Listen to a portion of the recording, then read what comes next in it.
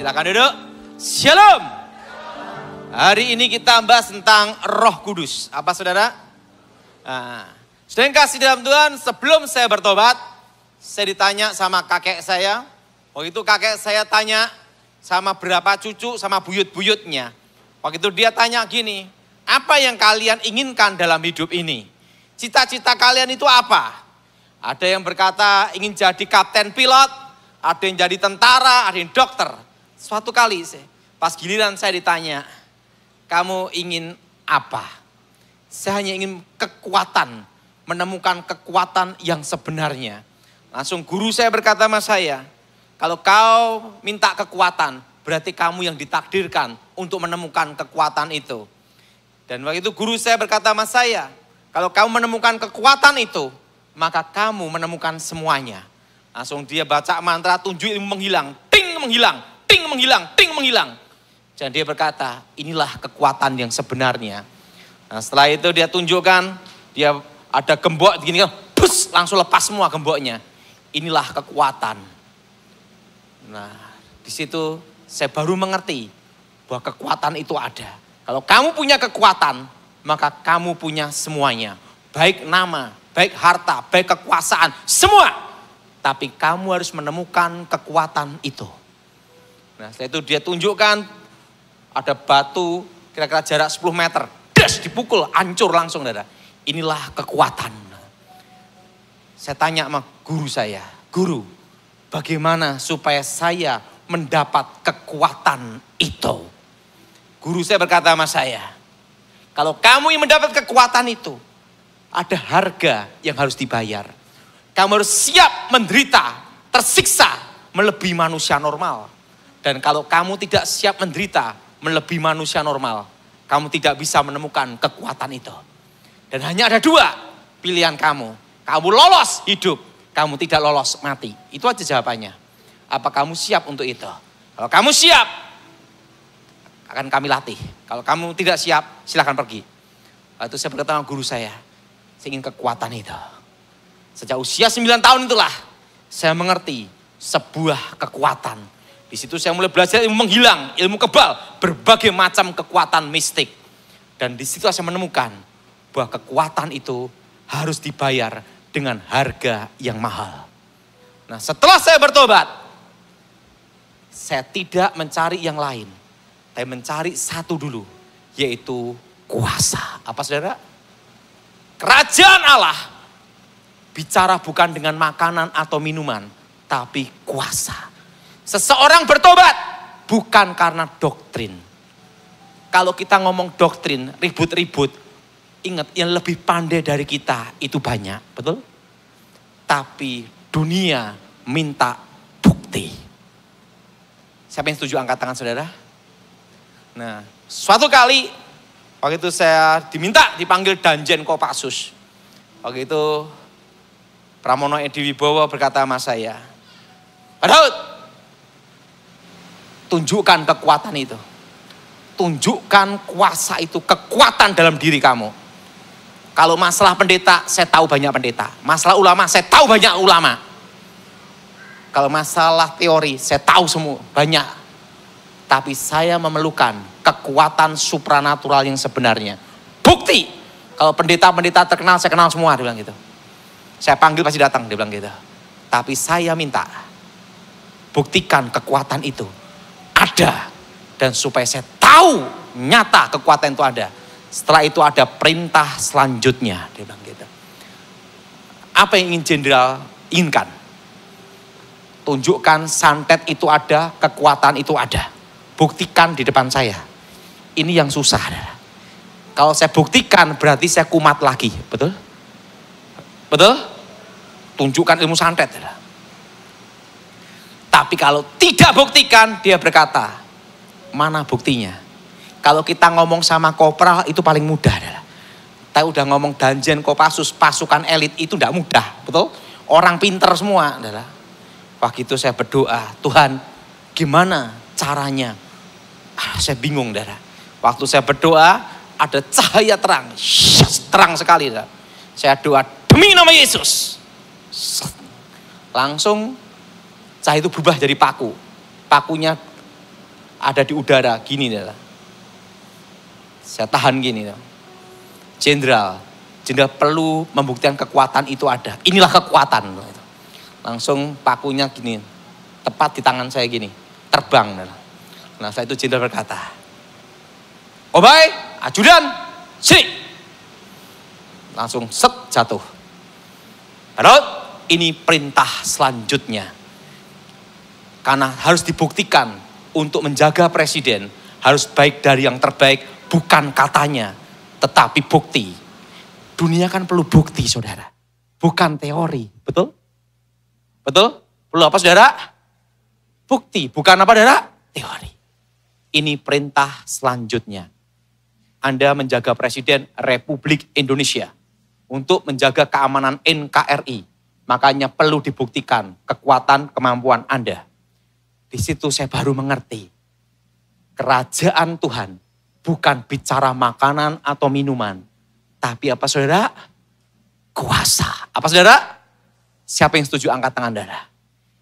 Kalau kita mau jujur, saudara boleh sekolah sampai luar negeri, Amerika, bila perlu sampai kutub utara, kutub selatan. Ujung-ujungnya yang dipakai dalam ilmu dagang, pengeluaran dan pemasukan. Betul? Betul? Artinya apa? Bukti. Teori itu waktu sekolah, praktek, belum tentu 5% ilmunya dipakai. Buktinya ada, lulus luar negeri, kembali Indonesia, jual HP. Betul? Itu buktinya. Dunia perlu bukti.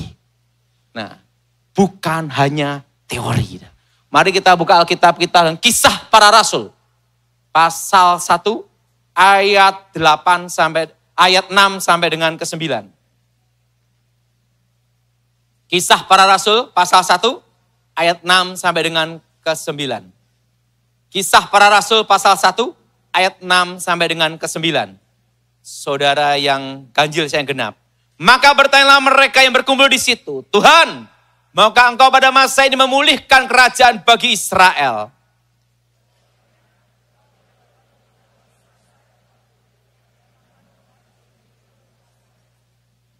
Tetapi kamu menerima kuasa, Roh Kudus turun ke atas kamu, dan kamu menjadi saksiku di Yerusalem, dan seluruh Yudea, dan Samaria, dan sampai ke ujung bumi. Ayat 9 sudah baca?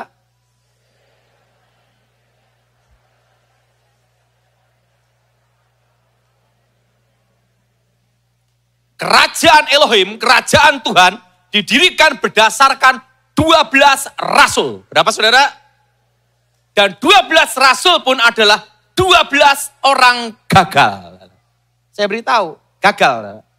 Pertama, Petrus menyangkal Yesus 3 kali. Betul? Kedua, Yudas menjual Yesus, berkhianat. 10 rasulnya, waktu Yesus ditangkap lari, bubar semua. Betul? Artinya, 12 orang ini 12 orang gagal total. Dan mereka bukan dari kalangan bangsawan atau ahli teologi, profesor, doktor, kaburator, botak, bocor. Mereka adalah 12 orang miskin. Apa, saudara? Apa, saudara? 12 orang apa? 12 orang miskin. Mereka hidup di sekitar Danau Galilea. Dan mereka adalah para nelayan dan pemungut cukai. Mereka bukan siapa-siapa. Dan mereka bukan orang yang terpandang atau keturunan bangsawan. Mereka adalah orang biasa. 12 orang miskin dan bukan ahli Taurat yang pandai teologi. Bukan. Dan mereka ikut Yesus dengan satu tujuan, merubah nasib. Karena mereka berharap kalau Yesus jadi raja, Petrus jadi jenderal perang, Yudas jadi menteri keuangan, Matius jadi dirjen pajak. Ya, semua ingin punya posisi jabatan. Secara politik, secara kerajaan. Mereka ikut Yesus dengan harapan. Kalau Yesus jadi raja, maka mereka punya posisi penting dalam kerajaan. Tapi ingat, harapan mereka hilang waktu Yesus mati. Selesai, pikir mereka. Ingat saudara, kalau orang nyalonkan presiden, pendukungnya, tim suksesnya semangat. Waktu calon presidennya kalah, gagal, lemes. Betul? Betul? Lemes. Ini bukan kalah lagi, mati.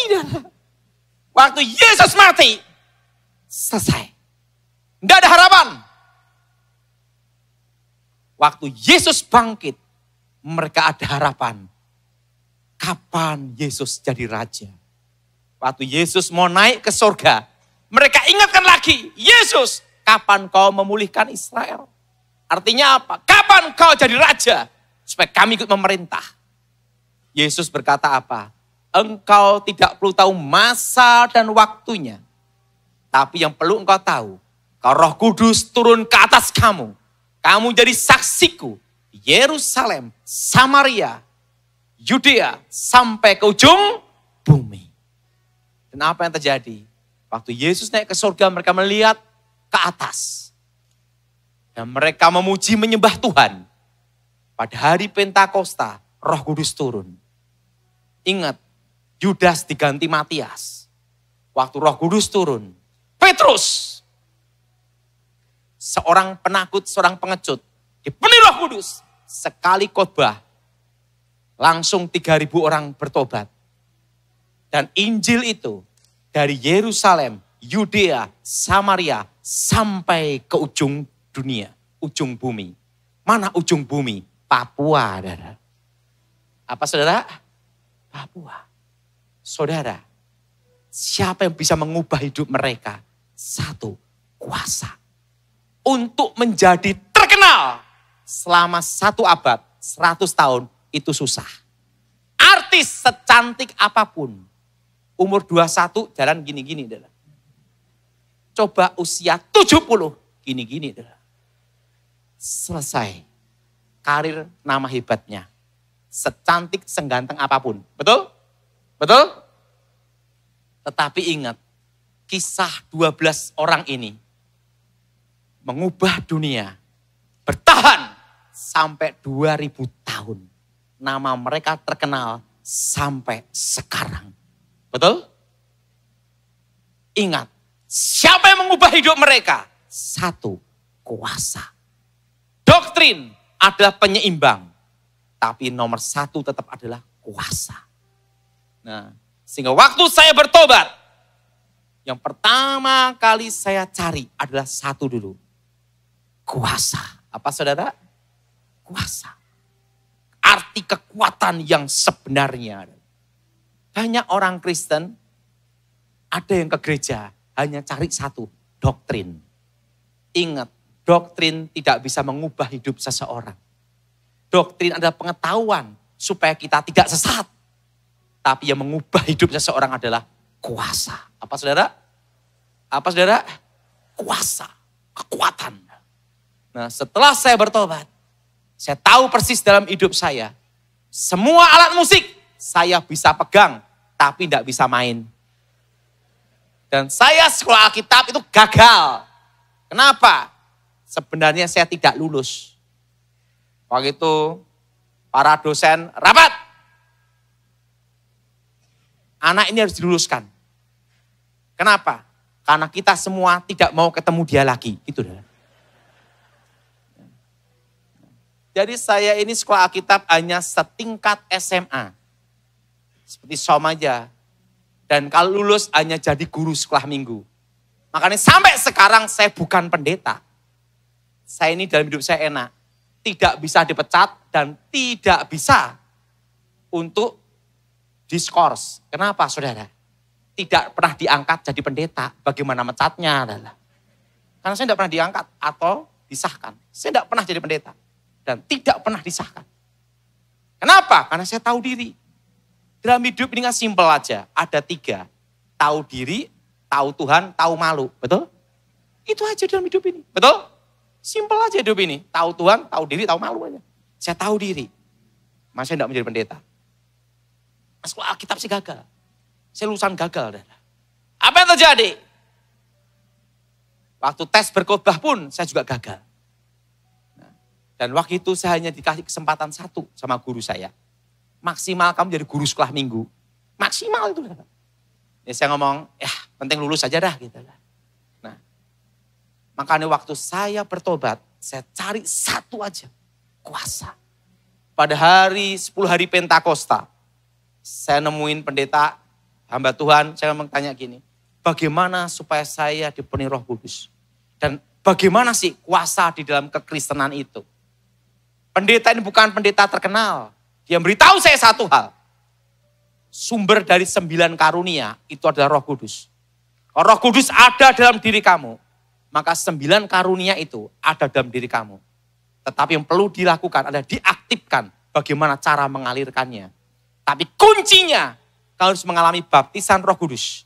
Yaitu dengan tanda mula bahasa roh. Pengaktifannya itu seperti keran air. Kalau keran air itu sering dipakai. Begitu dibuka, gitu. Tapi keran air itu sekalipun baru, tapi tidak pernah dipakai bertahun-tahun, karaten. Waktu dibuka, mampet, saudara. Nah, kekuatan itu seperti itu. Kuasa itu seperti itu. Kalau kamu mengaktifkannya, satu-satunya cara ini. Kamu harus pegang kuncinya dulu. Apa? Mengalami baptisan Roh Kudus dan pengaktifan. Setelah itu, baiklah. Akhirnya ada namanya 10 hari Pentakosta. Zaman itu ada namanya nyanyian gini. Betapa besar kasih-Mu Allahku, sehingga Kau berikan Yesus padaku, supaya aku tidak binasa. Pernah dengar, saudara? Nah, saya nyanyi lagu itu. Nah, 10 hari Pentakosta. Mereka memuji, menyembah Tuhan. Tiba-tiba ada bunyi ledakan. Duar! Langsung saya buka mata. Teman saya ngomong, Roh Kudus datang. Sembah lagi. Haleluya, haleluya, haleluya. Duar! 2 kali. Saya bingung. Di Alkitab itu sekali. Ini sampai 2 kali. Apa yang terjadi, saudara? Waktu itu, saya buka mata. Tetangga sebelah marah-marah, lempar batu bata. Ini kalau inggep di sini ya benjut, saudara. Wah, waktu itu saya pikir, aduh. Kawan saya ngomong lagi. Kamu tidak boleh putus asa. Tidak boleh putus asa. Ini 10 hari Pentakosta. Memuji, menyembah Tuhan. Ya udah. Saya suruh nyanyi. Haleluya, haleluya. Saya nyanyi lagi. Tiba-tiba ada cahaya terang. Tempatnya gelap. 1 jam kok terang terus ya. Teman saya ngomong, itu kemuliaan Tuhan. Kok terang terus ya? Saya buka mata, saya lihat, enggak taunya lampu sorot. Saya berpikir, aduh, kok malah kayak gini itu. Apa yang terjadi? Suruh doa gini. Oh Yesus, lawat, haleluya, sampai ke seleo. Gimana ini dah? Mana kuasa itu? Kekuatan itu? Bagaimana pengaktifannya itu gimana? Akhirnya apa yang terjadi, saudara? Akhirnya saya cari doa sendiri aja dah. 10 hari Pentakosta lewat. Saya nyanyi muji Tuhan, doa 3 jam, 4 jam, 5 jam, 6 jam. Setiap hari saya doa. Kenapa, saudara? Saya harus menemukan kuasa itu. Karena kuasa itu harus ada harga yang harus dibayar. Apa yang terjadi? Saya doa memuji Tuhan. Saya doa menyembah Tuhan. Saya menyembah Tuhan terus. Memuji menyembah Tuhan. Memuji menyembah Tuhan. Memuji menyembah Tuhan. Memuji menyembah Tuhan. Tiba-tiba ada suara. Daud, Daud, Daud. Saya buka mata. Kenapa buka mata? Karena di tempat sekolah Alkitab banyak yang ngerjain. Kalau ada anak yang baru bertobat, Tuhan ampuni dosaku. Temennya di belakang berkata, sudah ku ampuni anakku. Apa yang terjadi? Saudara kalau ngejak saya makan, doa saya lebih cepat daripada saudara. Karena lebih pengalaman. Waktu doa makan, haleluya Yesus, hilang semua. Makanya saya doa itu cepet-cepet sampai sekarang. Pokoknya doa makan serahin saya udah. Wah, di situ saudara. Saya buka mata lagi. Tak lihat kanan kiri ada orang. Waktu saya berdoa, tiba-tiba ada suara lagi. Bangkitlah berdiri. Karena jutaan manusia sudah menantimu. Ada satu kekuatan luar biasa. Tiba-tiba saya terangkat. Tangan saya gerak. Mulut saya langsung berbahasa roh. Bahasa Ibrani, bahasa Inggris, bahasa Chinese. Saudara. Padahal saya itu bahasa Inggris tidak bisa. Saudara. Bisa keluar. Kita kalau dipenuhi Roh Kudus itu sadar. Pak, kalau tidak sadar gimana? Kesurupan. Waktu itu saudara, langsung saya dan disitulah saya berbahasa roh. Ingat, kunci pengaktifan kuasa adalah mengalami baptisan roh. Apa saudara? Apa saudara? Baptisan apa? Roh. Di situ langsung saya merasakan damai luar biasa, ada aliran luar biasa. Saya turun dari tempat itu, saya tanya sama pendeta ini lagi. Pak pendeta, ada apa? Bagaimana cara mengaktifkan kuasa itu? Sekarang saya sudah menemukannya. Tapi bagaimana cara mengalirkannya? Itu yang penting. Betul? Betul? Bagaimana Pak Saudara? Mengaktifkannya dan mengalirkannya. Pendeta itu ngomong gini, lah kamu maunya apa? Mujizat. Saya mau lihat karunia itu bekerja sampai di mana. Kalau kamu ingin melihat mujizat, gampang itu. Cari orang sakit. Di mana pendeta? Ya rumah sakit. Mana lagi? Cari itu rumah sakit. Saya lihat daftar yang sakit-sakit. Ada nama Abdullah, Aminah. Wah yang Kristen aja susah, apalagi yang tidak Kristen gitu. Ada yang Kristen. Saya harap dia sakit ambeien aja. Karena apa? Lebih mudah gitu loh. Saya datang. Bapak ini ngomong. Sakit apa Pak? Saya sakit tipes, komplikasi, kronis. Dokter berkata tidak boleh duduk atau berdiri. Kenapa? Usus rontok. Wah dalam hati saya, berat banget gitu loh. Saya doa memuji Tuhan. Saya haleluya, saya sembah Tuhan. Tiba-tiba ada suara, jelas sekali. Bangunkan dia, bangkit berdiri, jalan. Ini suara Tuhan atau bukan ya? Ini kalau bukan, habis doa masuk penjara loh, saudara. Lah orang yang mati. Waktu itu saya doa. Ini suara Tuhan atau bukan ya? Di situ saya bingung. Tapi kalau saya tidak melangkah, maka saya tidak melihat kuasa itu bekerja. Kalau saya tidak berjalan, saya tidak melihat kekuatan itu diaktifkan. Di situ saya bingung. Maju atau enggak ya? Saya bisa majulah. Bapak percaya Yesus? Percaya. Bangkit berdiri. Enggak taunya dia takut mati juga. Percaya Yesus? Udahlah saya pasrah. Tak lempar. Dia berdiri. Sembuh. Langsung dokter datang. Cek sembuh normal. Ada orang mati. Di depan saya. Saya lihat orang mati itu. Iman belum nyampe. Yang hidup aja susah, apalagi yang mati. Tapi disitulah saya lihat satu hal. Kuasa itu bekerja. Dunia perlu bukti, bukan teori. Betul? Doktrin itu menyeimbangkan supaya kita tidak sesat. Tetapi ingat, kuasa itu nomor satu. Nah, di situ saudara, baru saya mengerti cara pengaktifan karunia. Saya tanya sama pendeta ini lagi, bagaimana supaya karena nubuatan penglihatan bekerja? Pendeta itu ngomong, doa syafaat. Kalau ingin supaya aktif semua, ada caranya. Ngusir setan. Penglihatan, nubuatan, mujizat semua bekerja. Pelayanan pelepasan. Mengusir setan. Tapi ada tapinya. Proyek thank you. Maksudnya gini. Orang yang jalani pelepasan, rata-rata punya jimat, susah mati. Susah mati, kita doain. Dalam Yesus, setannya keluar, mati. Belum sempat ngasih PK. Mati.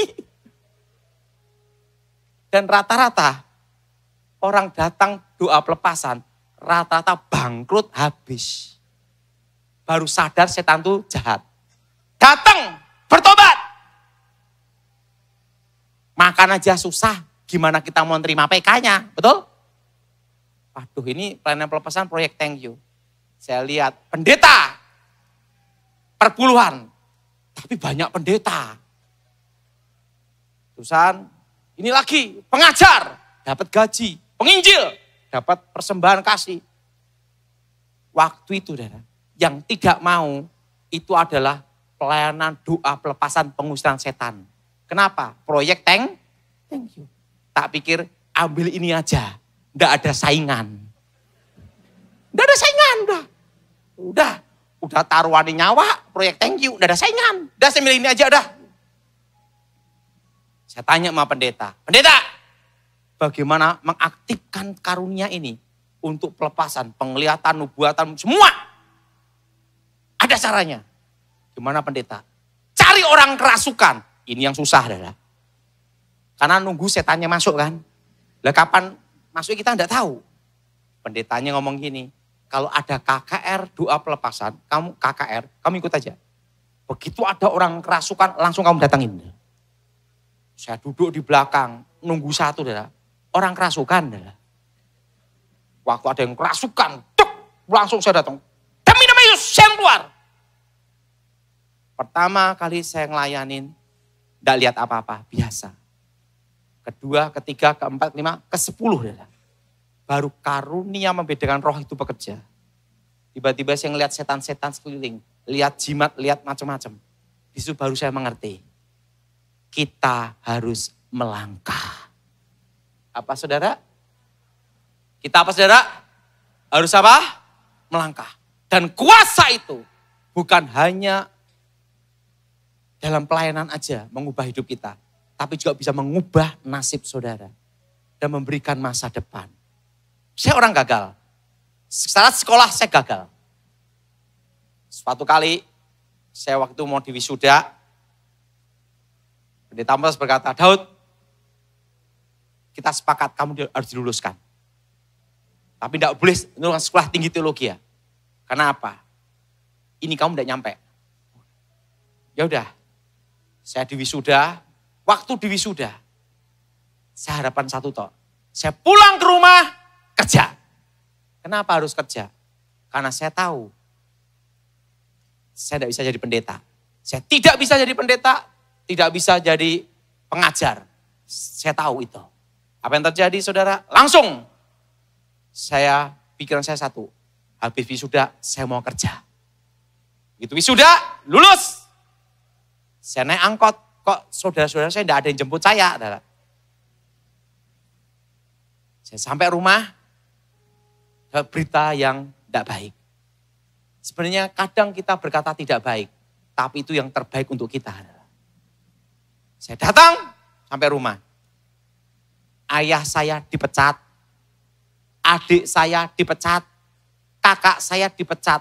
1 hari dipecat rame-rame. Habis wisuda dipecat rame-rame dah. Saya bingung, saya mau kerja apa ini dah. Saya berpikir, kalau saya stres, semua stres, satu keluarga gila dah. Harus ada satu yang normal kan gitu dah. Waktu itu saya doa. Saya doa menyembah Tuhan. Saya doa, saya menyembah Tuhan. Saya doa menyembah Tuhan. Tiba-tiba ada suara Tuhan. Apa yang di tanganmu, lakukan dengan setia. Ada plastik bekas gula. Tuhan, apa aku menjadi pemulung ya? Dan tiba-tiba suara berkata, dengan tanda salib engkau akan menang. Saya bawa plastik gula itu, saya ngomong sama mama saya, "Mah, aku mau jualan plastik." Daud, ingat saya, kadang sekitar kita tidak mendukung kita. Daud, di antara anak mama, kamu yang paling goblok gitu dah. Aduh. Nanti kalau dikasih modal habis semua. Tapi mama, beri saya satu kesempatan. Ini ada uang 100.000 rupiah. Kalau kamu berhasil, berarti Tuhan menyertai kamu. Tapi kalau gagal, ingat modal terakhir. 1.000 tak ada, 100.000. Itu tahun 96, saya masih ingat. Tahun 96 itu. Mah, aku perlu sepeda motor untuk nyoba kerja. Untuk transportasi. Mama saya ngomong, ini motor Yamaha Poswan.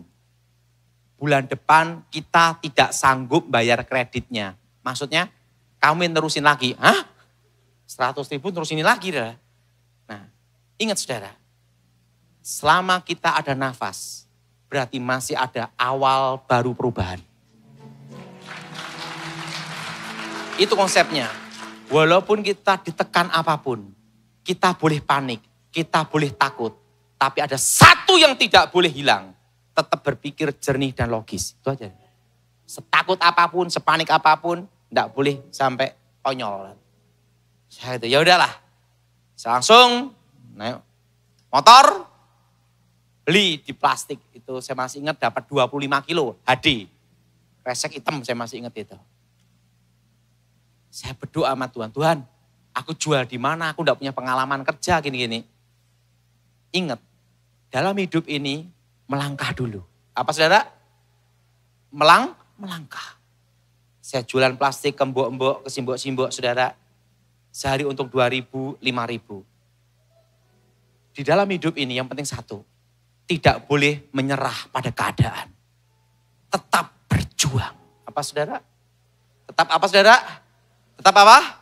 Tetap berjuang. Tetap berjuang. Waktu itu dari omset 25 kilo, setengah kintal, 1 kintal, setengah ton, 1 ton, 2 ton, puluhan ton, sampai berdiri pabrik plastik. Apa yang terjadi? Saya tidak utang bank. Tanpa utang bank. Di pabrik itu berdiri tanpa utang bank. Berjuang. Nah, dan apa yang terjadi? Di situ saudara, saya bekerja. Dan saya berpikir, karena dalam pelayanan pelepasan, proyek thank you. Dan apa yang terjadi? Ada suara Tuhan yang pernah saya dengar waktu itu. Jutaan manusia akan mendengar khotbahmu. Dan 3 benua akan kau injakkan kakimu. Dan kau akan dikenal dari keempat penjuru mata angin di Indonesia. Wah ini mustahil lah, tidak mungkin lah gitu lah. Karena apa? Jutaan. Mencari 100 orang aja susah lah. Ya udahlah. Penting saya jalani aja hidup ini. Penting saya melayani Tuhan, jalanin aja udah. Penting saya kerja, cuan ciak cao gitu aja udah. Nggak usah mikir macam-macam udah. Apa yang terjadi? Pak Gilbert ngajari pelayanan, udah Daud kamu pelayanan ya? Ya udah pelayanan aja udah. Suatu kali, saya masih ingat ya. Ada dalam hidup kita, bagi kita itu tidak baik dan jelek. Tapi bagi Tuhan, itu yang terbaik. Karena apa yang tidak kita pikirkan, itu yang Tuhan sediakan. Nah, apa yang terjadi? Saya masih ingat saudara, suatu kali, saya dijebak.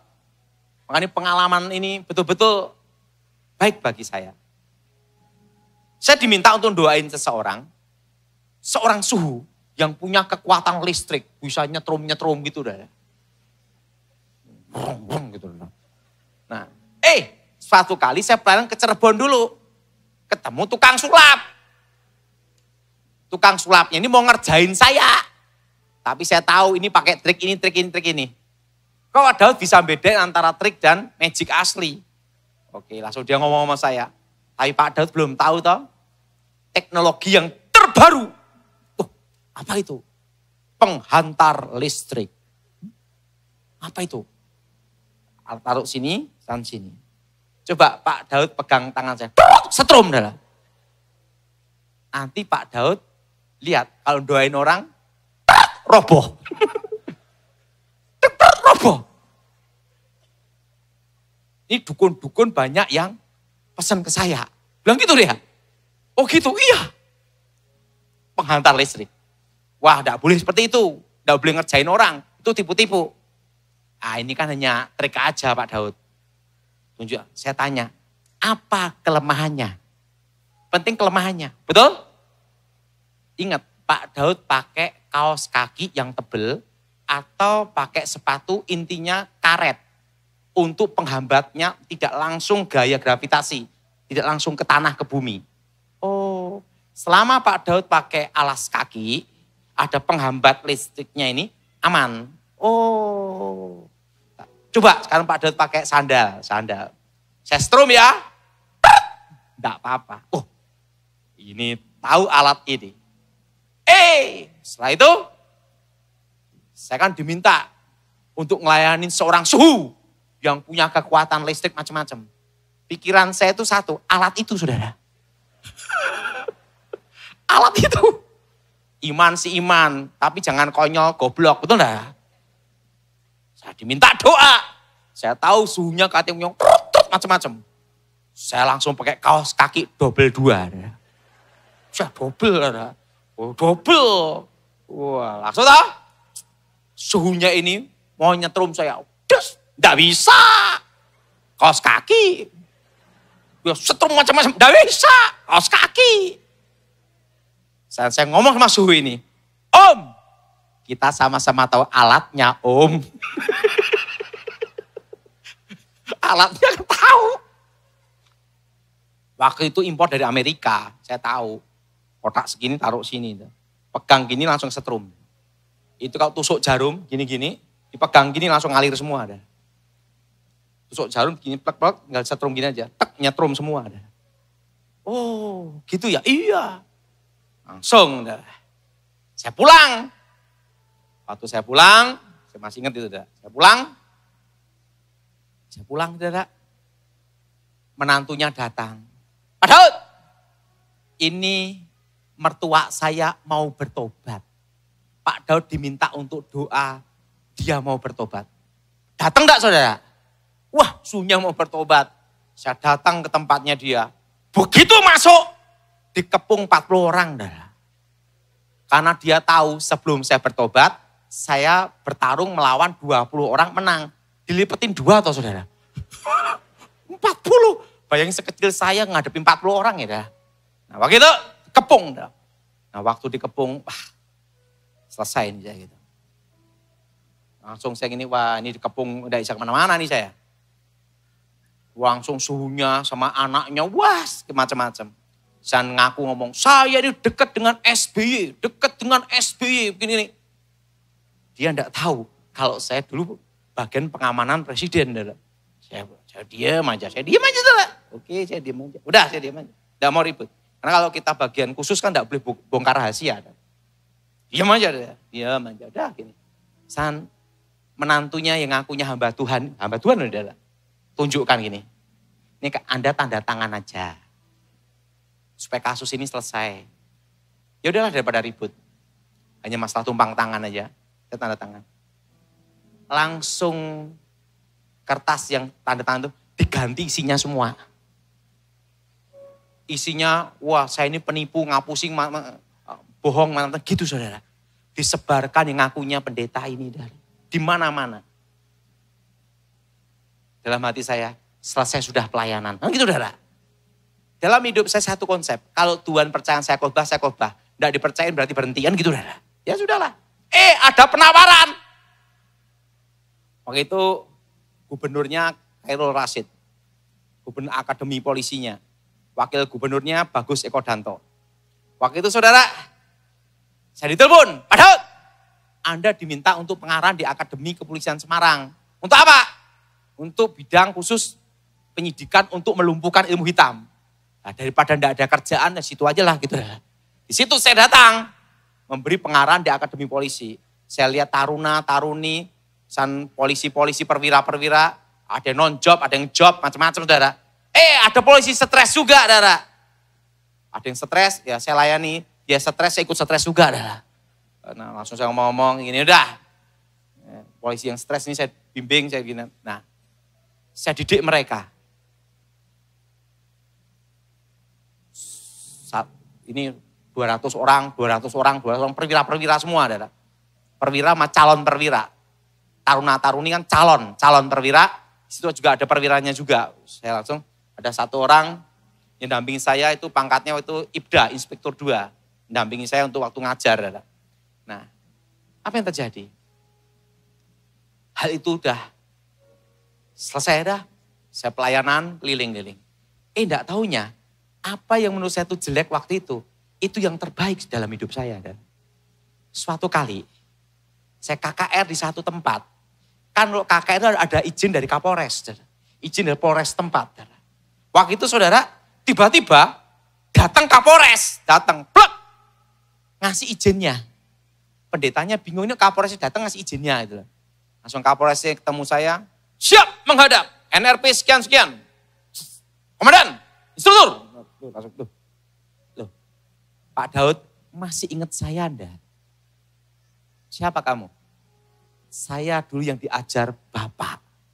Dan ilmunya Bapak sampai sekarang tetap menjadi panduan dalam tugas saya. Oh, hampir setiap kali saya di daerah-daerah, di berbagai tempat, ketemu mereka yang pernah saya didik, saudara. Di situ saya lihat, apa yang terjelek diubah Tuhan jadi yang terbaik. Maka Alkitab berkata, bahwa Dia menjawab doa kita melebihi apa yang kita doakan. Nah, suatu kali Pak Gilbert KKR dihambat, saudara. Tidak boleh KKR. Karena Kapolres tidak mengizinkan, tidak memberi izin. Artinya KKR batal.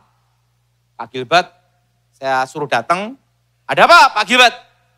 Kawan, saya sudah ada di sini kawan. Saya sudah mau khotbah ini kawan. Ada apa Pak Gilbert? Tapi dibatalin. Kapolres tidak mengizinkan untuk KKR ini. Karena masa ini, karena izinnya belum keluar macam-macam itu. KKR dibatalkan Pak Daud. Gimana kawan? Saya tanya, Kapolresnya siapa? Namanya ini. Pak pikir-pikir, dulu saya pernah didik orang waktu dia stres gitu loh. Apa ini orang? Atau yang ini? Wah, cobalah saya datang. Saya datang ke Polres, waktu itu saya datang ke Polres. Langsung ke tempat penjagaan. Saya mau menghadap, mau ketemu nama ini. Bapak siapa? Nggak sopan gini, panggil ini. Beritahu, panggil dia. Saya pasti dia datang ke sini. Langsung, nggak bisa, Kapolres baru meeting, nggak boleh gini. Wah, ribet juga, adalah. Tiba-tiba kan jam makan, Kapolresnya keluar. Pak Daud, instruktur, nomor sekian, NRP sekian, siap menghadap. Loh, langsung semua gini semua, adalah. Yang jaga semua gini semua, adalah. Langsung gini. Ada apa Pak Daud? Ini saya punya bos.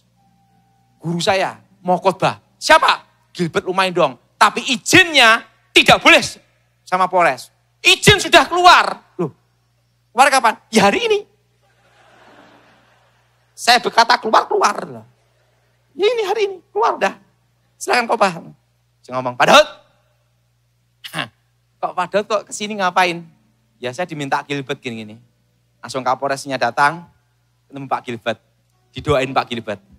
Terusan gini Kapolresnya ngomong, Pak Daud, saya masih ingat. Anda melatih, mendidik kami semua. Makasih. Saudara, kadang apa yang terjelek dalam hidup kita, diubah Tuhan menjadi yang terbaik. Amin. Amin. Jadi saudara, ada yang bertanya sama saya tentang inflasi. Saudara tahu, kita akan mengalami inflasi selama 5 tahun. Berapa tahun saudara? Selama berapa lama saudara? 5 tahun. Dan ingat, selama 5 tahun akan inflasi. Terus ini saudara. Dan saya memberitahu pada saudara, saudara semua yang utang bank segera dilunasin. Kalau belum bisa lunasin, jangan nambah utang, itu aja. Karena apa? Karena nanti bunga bank akan naik. Suku bunga bank, BI rate, suku bunga akan naik. Dan ingat, semua bertahan. Apa saudara?